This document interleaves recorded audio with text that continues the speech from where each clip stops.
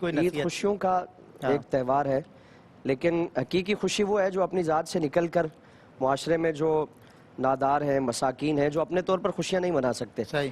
خوشیاں ان کو ساتھ لے کر چلنا، یہ عید حقیقی عید ہے. اور اسی کا تصور ہمیں آپ صلی اللہ علیہ وسلم نے دیا کہ عیدگاہ میں نماز عید کے لیے انتظار ہو رہا ہے.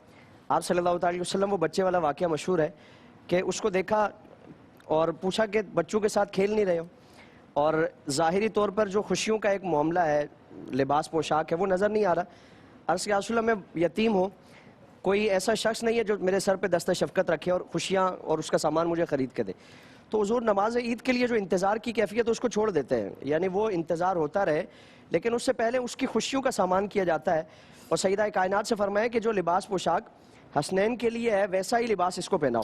اور حضور نے فرمایا کہ کیا تم اس بات پہ راضی نہیں ہو کہ محمد صلی اللہ علیہ وسلم تمہارے والد ہوں، عائشہ تمہاری والدہ ہوں، فاطمہ تمہاری بہن ہو. یہ اس طرح کی کیفیات آپ صلی اللہ علیہ وسلم نے تعلیم فرمائی، درس دیا.